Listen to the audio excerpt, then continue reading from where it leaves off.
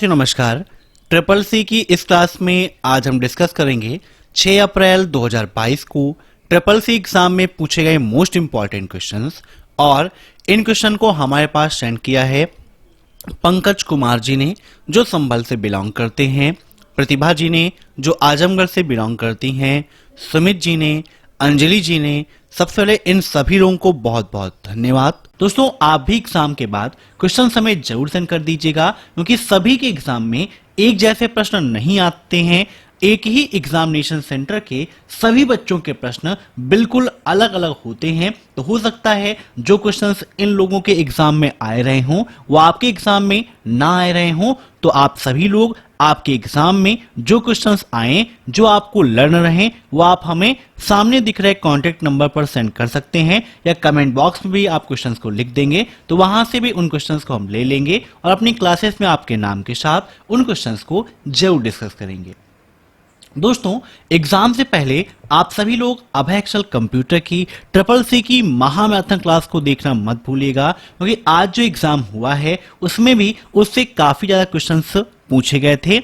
साथ ही साथ अगर आपको ई बुक की आवश्यकता है तो हमारी बेस्ट ई बुक की लिंक वीडियो के नीचे दे रखी गई है, जहां पर 2100 मोस्ट इंपॉर्टेंट क्वेश्चंस आप सभी को मिलेंगे। तो वहां से आप डाउनलोड करके अपनी तैयारी को बेहतर बना सकते हो। तो टाइम वेस्ट ना करते हुए चलिए शुरू करते हैं आज की ये क्लास, क्योंकि सीधी बात नो बकवास, यही है अभय एक्सेल की class. Let's begin in this topic.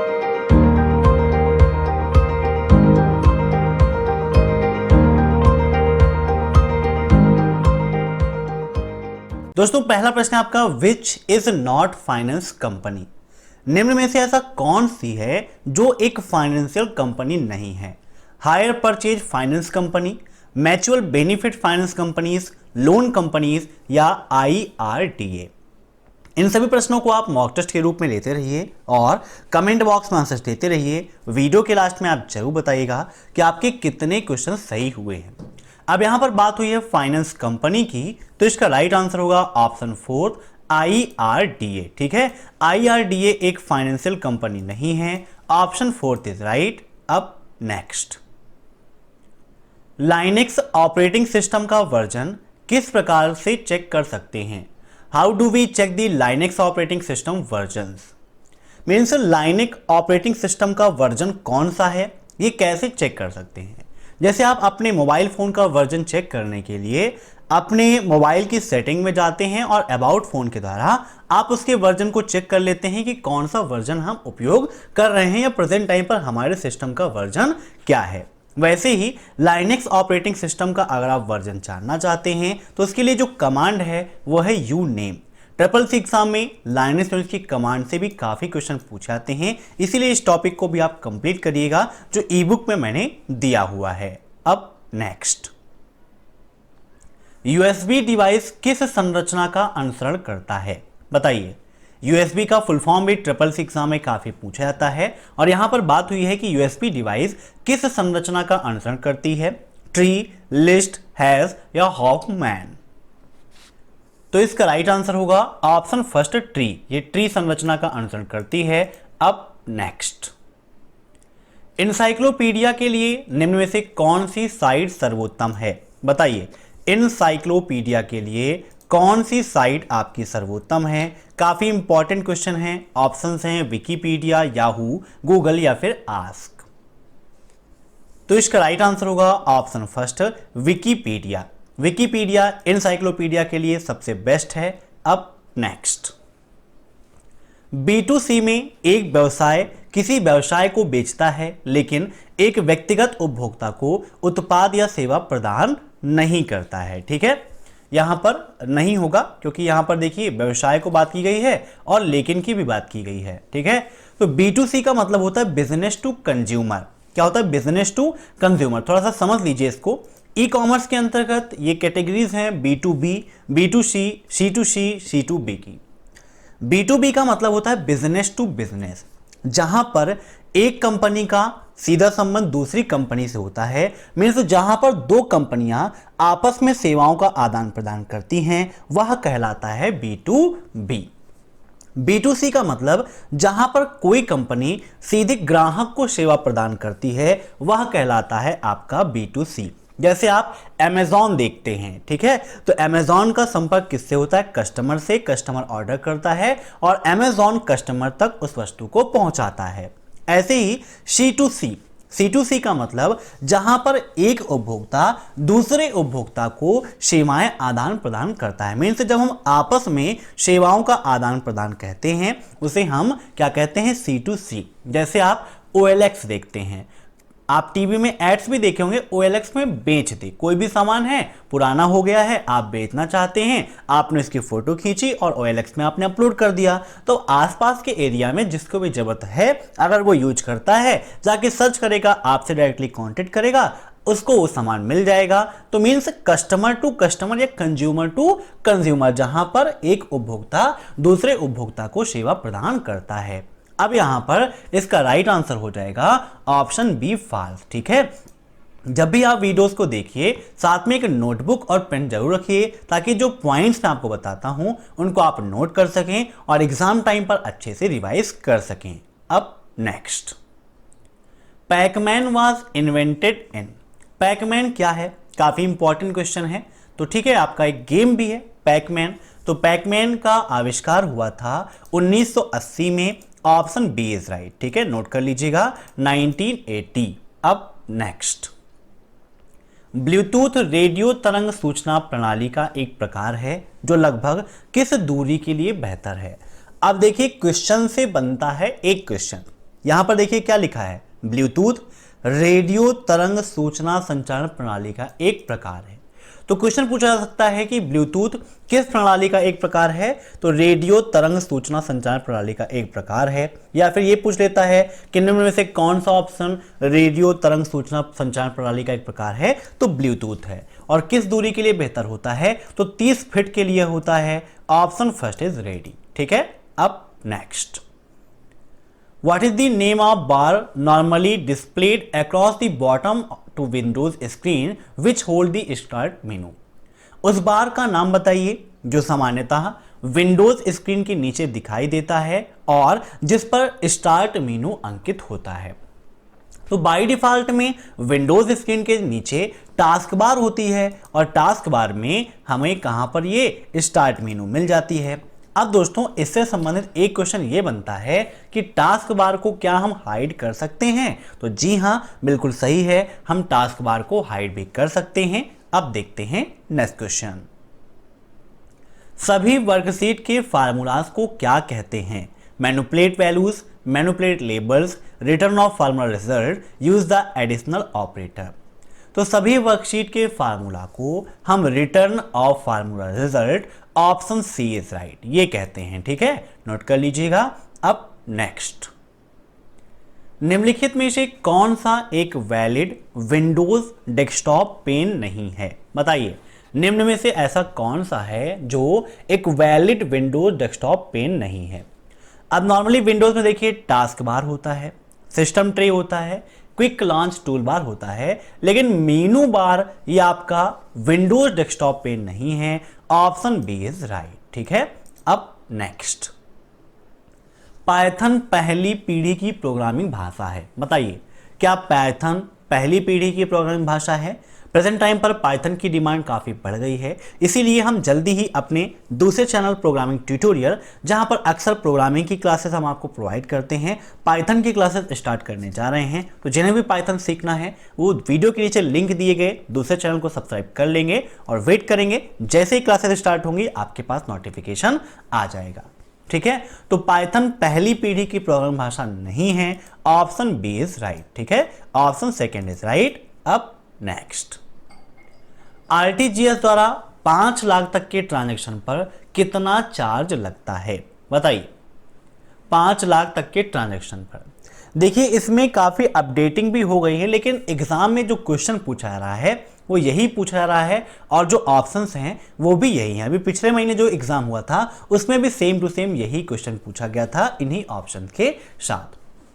RTGS का फुल फॉर्म क्या है? रियल टाइम ग्रॉस सेटलमेंट होता है। क्या होता है? रियल टाइम ग्रॉस सेटलमेंट होता है। और आरटीजीएस में वर्तमान समय में 5 लाख के ट्रांजैक्शन पर कितना चार्ज लगता है? तो इसका राइट आंसर आपको 25 रुपीज प्लस जीएसटी पर टिक करना है। किस पर? 25 प्लस जीएसटी। कभी कभी क्वेश्चंस आपको ऑप्शन के अकॉर्डिंग सॉल्व करने होंगे। आपको पता है कि इसका राइट आंसर कुछ और है, लेकिन अगर ऑप्शंस में आपको पहले की कंडीशन दे रखी है तो आपको वो टिक करना है। ठीक है, समझ गए? अब next, what is the port number of HTTP? HTTP का पोर्ट नंबर क्या है? एचटीटीपी का फुल फॉर्म क्या होता है? यह भी ट्रिपल सी में काफी पूछा जाता है। तो इसका फुल फॉर्म होता है हाइपर टेक्स्ट ट्रांसफर प्रोटोकॉल। क्या होता है? Hyper text transfer protocol. और इसका जो पोर्ट नंबर है वो है 80। Option C is right. ठीक है, अब नेक्स्ट, कौर्सेरा क्या है? बताइए। ई कॉमर्स है, ई लर्निंग है, ऑल ऑफ दीज है या नन ऑफ दीज? तो कौर्सेरा क्या है? आपका एक ई लर्निंग प्लेटफॉर्म है। ठीक है, क्या है? ई लर्निंग प्लेटफॉर्म है। Option B is right. जैसे वर्तमान समय में आप जो ट्रिपल सी की एक क्लास ले रहे हैं, ये भी ई लर्निंग का ही एक उदाहरण है। ठीक है, जिसका माध्यम आपका यूट्यूब और अभय एक्सेल कंप्यूटर चैनल है। अब नेक्स्ट, क्यूआर का कार्य नहीं होता है, मीन्स निम्न में से क्यूआर कोड का कार्य नहीं है। क्यूआर का फुल फॉर्म क्या होता है? यह भी ट्रिपल सी एग्जाम में काफी पूछा जाता है। तो क्यूआर का फुल फॉर्म होता है क्विक रिस्पांस कोड। क्या होता है? Quick response code. QR code को किसने डेवलप किया? तो डेंसो वेब ने किया। क्यूआर कोड सबसे पहले कहां उपयोग हुआ? तो जापान में हुआ। क्यूआर कोड सबसे पहले किस कंपनी में हुआ? ये क्वेश्चन भी ट्रिपल सी एग्जाम में काफी पूछा जाता है। तो क्यूआर कोड सबसे पहले टोयोटा नामक कंपनी में प्रयोग किया गया था। तो इन सभी क्वेश्चंस को आप नोट कर लीजिएगा। और क्यूआर का कार्य लोकेशन ट्रैकर नहीं है ये। ठीक है, मीन्स लोकेशन को ट्रैक करने का काम क्यूआर कोड नहीं करता, ये काम होता है जीपीएस का।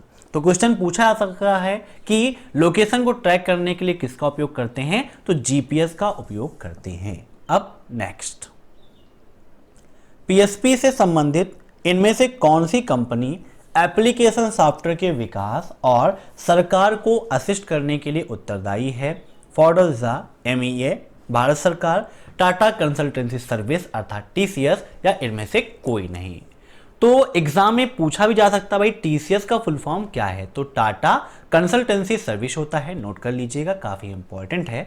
अब यहां पर बात हुई है पीएसपी से संबंधित कौन सी ऐसी कंपनी है जो एप्लीकेशन सॉफ्टवेयर के विकास और सरकार को असिस्ट करने के लिए उत्तरदायी है? तो बताइए क्या होगा इसका राइट आंसर? तो इसका राइट आंसर है option third, Tata consultancy service. ठीक है, अब नेक्स्ट, जब कंप्यूटर पूरी तरह से बंद हो और उसे हम ऑन करते हैं तो इस प्रक्रिया को कोल्ड बूटिंग कहते हैं। ट्रू या फॉल्स? बहुत सारे स्टूडेंट पूछते हैं कि सर एग्जाम में ट्रू एंड फॉल्स के कितने क्वेश्चन आते हैं? तो देखिए, एग्जाम में ट्रू एंड फॉल्स के क्वेश्चंस लगभग 25-30 प्रेजेंट टाइम पर आ रहे हैं। कभी कभी इन क्वेश्चन की संख्या थोड़ी सी ज्यादा भी हो जाती है और कभी कभी बिल्कुल ना के बराबर क्वेश्चंस आते हैं। तो यहां पर पूछा गया है कि क्या जब हम कंप्यूटर पूरी तरह से बंद हो उसे हम ऑन करते हैं, मीन्स बंद कंप्यूटर को ऑन करते हैं, तो यह प्रक्रिया कोल्ड बूटिंग कहलाती है। तो बिल्कुल सही है। सेकेंड चैप्टर के अंतर्गत बूटिंग मैंने पढ़ाया था, तो वहां पर समझाया था कि कोल्ड बूटिंग क्या होती है, वार्म बूटिंग क्या होती है, हार्ड बूटिंग क्या होती है। अगर आपने नहीं पढ़ा है तो समय है आपके पास, चैनल को विजिट कीजिए। वहां पर triple C complete course Hindi की प्लेलिस्ट मिल जाएगी। आज मैंने कम्युनिटी पे भी अपलोड किया था, वहां से आप चैप्टर वाइज ट्यूटोरियल आप देख सकते हैं और तैयारी कर सकते हैं। तो जब कंप्यूटर पूरी तरह से बंद हो उसे हम ऑन करते हैं, या कंप्यूटर को पूरी तरह से बंद करके ऑन करने की प्रक्रिया कोल्ड बूटिंग कहलाती है। और पहले से ऑन कंप्यूटर को रीस्टार्ट करना वार्म बूटिंग कहलाता है। तो दोनों को याद रखिएगा, दोनों आपके लिए इंपॉर्टेंट है। अब नेक्स्ट, सबसे विलंबित टोपोलॉजी कौन सी है? बताइए, सबसे विलंबित टोपोलॉजी। विलंबित का मतलब है कि जो लेट में काम करे, मीन्स जिसमें रिजल्ट हमें देरी में मिले, वही सबसे विलंबित टोपोलॉजी कहलाएगी। ऑप्शंस हैं रिंग, स्टार, मेस, या इनमें से कोई नहीं। अब इनसे एग्जाम में काफी क्वेश्चन भी पूछे जाते हैं। देखिए, इसका राइट आंसर जो होगा रिंग टोपोलॉजी होगा। जब चैप्टर 6 मैंने पढ़ाया था तो रिंग टोपोलॉजी स्टार को, मेष को, सबको समझाया था। रिंग क्या होती है, जैसे यहां पर लोगो आप देख रहे हैं ना, सर्किल के रूप में है ना। तो इसमें जो है रिंग में सभी कंप्यूटर एक सर्किल में लगे होते हैं और प्रत्येक कंप्यूटर अपने अधीनस्थ कंप्यूटर से जुड़ा होता है। मीन्स जो पास वाला कंप्यूटर है उससे जुड़ा होता है आपका कौन सा, प्रत्येक कंप्यूटर। तो मान लीजिए कोई काम आया और वो काम है चौथे कंप्यूटर का और पहले वाले के पास में आ गया, तो वो क्या करेगा, पहले दूसरे वाले को देगा, दूसरा वाला तीसरे के पास पास करेगा, फिर तीसरा वाला चौथे के पास में पास करेगा। तो जब भैया कोई प्रोसेसिंग है 4 लोगों से पास होके गुजरेगी तो ऑटोमेटिक टाइम उसको ज़्यादा लगेगा, इसीलिए इसको हम सबसे विलंबित टोपोलॉजी कहते हैं। इसके अलावा रिंग टोपोलॉजी को वृत्ताकार टोपोलॉजी, गोलाकार टोपोलॉजी, इन सब नामों से भी जानते हैं, नोट कर लीजिएगा, काफ़ी इंपॉर्टेंट है। अब नेक्स्ट, एफटीपी मूल रूप से एक है। एफटीपी मूल रूप से क्या है? सेट ऑफ रूल्स प्रोटोकॉल है, लैंग्वेज है, वेब ब्राउजर है या फिर वेब पेज है। अब एफटीपी का फुल फॉर्म पता होगा तो ऑटोमेटिक आंसर यहां पर मिल जाएगा। एफटीपी का फुल फॉर्म होता है फाइल ट्रांसफर प्रोटोकॉल। क्या होता है? File transfer protocol. और इसका राइट आंसर होगा option first, set of rules protocol. ठीक है, मूल रूप से एक प्रोटोकॉल है जो फाइलों को क्लाइंट और सर्वर के बीच ट्रांसफर करने का काम करता है। अब नेक्स्ट, एसबीआई द्वारा ऑनलाइन पेमेंट करने के लिए कौन सा ऐप जारी किया गया? बताइए, एसबीआई द्वारा ऑनलाइन पेमेंट करने के लिए कौन सा ऐप जारी किया गया? एसबीआई का full form state bank of India होता है और एसबीआई द्वारा ऑनलाइन पेमेंट करने के लिए योनो को लॉन्च किया गया। कौन सा? योनो। ठीक है, योनो है ना, या फिर योनो तो क्यों नो, ये वहां का कोटेशन है। मीन्स योनो है तो फिर नो किस बात की है भाई, आपको इसी का उपयोग करना है। इसके माध्यम से आप ऑनलाइन पेमेंट कर सकते हैं, स्टेटमेंट निकाल सकते हैं, बैलेंस की हिस्ट्री देख सकते हैं, भाई कितना हमारे अकाउंट में बचा हुआ है ना, किसी को भेजना है, बहुत सारे वर्क हैं जो इसके माध्यम से आप कर सकते हो। अब देखते हैं नेक्स्ट क्वेश्चन, इक्वल कंटेंट 509.8,7 का मान क्या होगा? कई बार मैंने आपको समझाया है कैसे इसे सॉल्व करना है, एक स्पेशली वीडियो भी आपके लिए बनाया है फार्मूला कैप्सूल का, तो आप सर्च कर लीजिए यूट्यूब पर फार्मूला कैप्सूल बाय अभेक्षर कंप्यूटर, वहां पर आपको मिल जाएगा।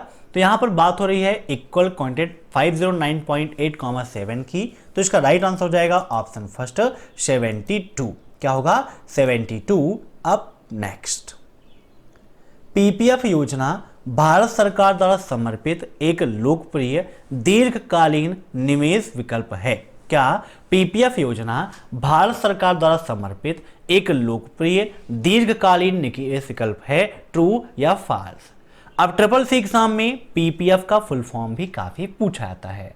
तो पीपीएफ का फुल फॉर्म होता है पब्लिक प्रोविडेंट फंड। क्या होता है? Public provident fund. और बिल्कुल सही है, पीपीएफ योजना भारत सरकार द्वारा समर्पित एक लोकप्रिय दीर्घकालीन निवेश विकल्प है। अब next, wide area information server client server text searching system है। क्या wide area information server client server text searching system है? तो ये आपका क्या है बताइए कमेंट करके। तो बिल्कुल फॉल्स है। ठीक है, ऑप्शन बी इज राइट। अब नेक्स्ट, फेसबुक में एक यूजर सिर्फ एक ही पेज का एडमिन हो सकता है। बताइए, क्या फेसबुक में एक ही पेज का एक ही एडमिन, मतलब एक व्यक्ति एक ही पेज का एडमिन हो सकता है? तो ये भी आपका बिल्कुल गलत है, ऑप्शन बी इज फॉल्स। ठीक है, अब नेक्स्ट, सर्वर नेटवर्क के लिए फाइलों को स्टोर करता है और इन्हें मैनेज करने का काम करता है। क्या सर्वर नेटवर्क के लिए फाइलों को स्टोर करता है और मैनेज करने का काम करता है? मीन्स कौन सा ऐसा सर्वर है जो ऐसा काम करता है? बताइए, काफी इंपॉर्टेंट क्वेश्चन ये भी आपका। तो इसका राइट आंसर होगा ऑप्शन फोर्थ, फाइल सर्वर। ठीक है, फाइल सर्वर का ये काम होता है जो फाइलों को स्टोर करता है और मैनेज करने का काम करता है। अब नेक्स्ट, 200.156.27.8 किसका उदाहरण है? डोमेन नेम का है, मोबाइल नंबर का है, आईपी एड्रेस का है या इनमें से कोई नहीं? तो भाई मोबाइल नंबर तो ऐसा कोई होता नहीं है, आप सभी जानते हो, मीन्स ऑप्शन बी तो होने वाला नहीं है। डोमेन नेम जो है वो क्या होता है, .com है ना, .org है, ऐसे में होता है। ऐसे तो आपका होता नहीं कि 200.156.27.8 ऐसे दिया गया हो। तो ये आपका आईपी एड्रेस का प्रकार है। किसका प्रकार है, आईपी एड्रेस का। Option C is right. अब नेक्स्ट, किसी कंप्यूटर के हार्डवेयर के पते को किस रूप में जाना जाता है, बताइए। किसी कंप्यूटर के हार्डवेयर के पते को किस रूप में जानते हैं, IP address, computer address, MAC address या एनआईसी एड्रेस। दोस्तों ट्रिपल सी एग्जाम में फाउंडर नेम भी काफ़ी पूछे आते हैं। आज कमेंट मिला था हमें कि सर वीडियो के नीचे फाउंडर नेम की लिंक आज दे दीजिएगा। हमने लिब्रे ऑफिस कंप्लीट कर लिया है, तो वीडियो के नीचे मैंने फाउंडर नेम की लिस्ट का वीडियो दे दिया है, जहां पर मैंने एक्सप्लेन करके समझाया कि किस चीज़ को किसने डेवलप किया गया है या किस ऐप को किसने प्राप्त किया है, कौन उसके फाउंडर हैं। तो वहां से आप उसे देख सकते हैं, वीडियो के नीचे मैंने लिंक दे दिया है। किसी कंप्यूटर के हार्डवेयर को पते को हम मैक एड्रेस के रूप में जानते हैं। Option C is right. अब ट्रिपल सी एग्जाम में मैक का फुल फॉर्म भी पूछा जाता है, तो इसका फुल फॉर्म होता है मीडिया एक्सेस कंट्रोल। अब नेक्स्ट, मुद्रक की गति मापने की इकाई सीपीएम, एलपीएम, पीपीएम है, बताइए। क्या प्रिंटर की गति मापने की इकाई सीपीएम, एलपीएम और पीपीएम है, ट्रू या फॉल्स? तो बिल्कुल आपका सही है, प्रिंटर की गति मापने के लिए इन्हीं सब का उपयोग करते हैं। अब यहां पर सीपीएम का मतलब होता है कैरेक्टर पर मिनट, एलपीएम का मतलब लाइन पर मिनट और पीपीएम का मतलब पेज पर मिनट होता है। तो ये भी बिल्कुल सही है आपका। पहले के जो प्रिंटर थे उनकी जो स्पीड है वो इसी में मापी जाती थी कि भाई कितने कैरेक्टर प्रिंट कर रहा है, कितने लाइन प्रिंट कर रहा है या कितने पेज वो 1 मिनट में प्रिंट कर रहा है। ठीक है। अब नेक्स्ट, फेसबुक पर किसी संदिग्ध लिंक को क्लिक करना चाहिए। क्या फेसबुक पर अगर कोई ऐसी लिंक मिल रही है जिसे हम नहीं जानते, जिसमें हमें सस्पेंस है, तो हमें बिल्कुल भी क्लिक नहीं करना चाहिए। चाहे वो फेसबुक हो या कोई भी जगह हो, आपके पास कोई टेक्स्ट मैसेज में भी कोई ऐसी लिंक भेजता है जिसके बारे में आपको जानकारी नहीं है, व्हाट्सएप पर भेजता है, फेसबुक पे, ट्विटर पे, इंस्टाग्राम पर, टेलीग्राम पर, तो जब तक आप उसके बारे में ना जानते हो तब तक आपको उस पर क्लिक नहीं करना चाहिए। तो option B is right. Next question है आपका, फाइल का साइज महत्वपूर्ण कारक नहीं होता है जब एक इमेज इंसर्ट करते हैं, ट्रू या फॉल्स? तो ऐसा बिल्कुल भी नहीं है। फाइल की साइज तो आपके लिए इंपॉर्टेंट ही है, क्योंकि फाइल की साइज अगर आपको नहीं पता होगी तो आप उसे अच्छे से उपयोग नहीं कर सकते हो। ठीक है दोस्तों, आज की क्लास में बस इतना ही। जिनका भी एग्जाम है वो ट्रिपल सी की महामैराथन क्लास को जरूर देखिएगा, और जो वीडियो के नीचे 2000 क्वेश्चंस की पीडीएफ की लिंक दी है वहां से आप पीडीएफ को डाउनलोड करके अच्छे से तैयारी करिएगा। और जिन्हें भी कंप्यूटर प्रोग्रामिंग सीखनी है वो हमारे दूसरे चैनल प्रोग्रामिंग ट्यूटोरियल को आज ही सब्सक्राइब कर लें और क्लासेस को अटेंड करना स्टार्ट कर दें। Thanks for watching my video. फिर मिलते हैं नेक्स्ट क्लास में, तब तक के लिए बाय।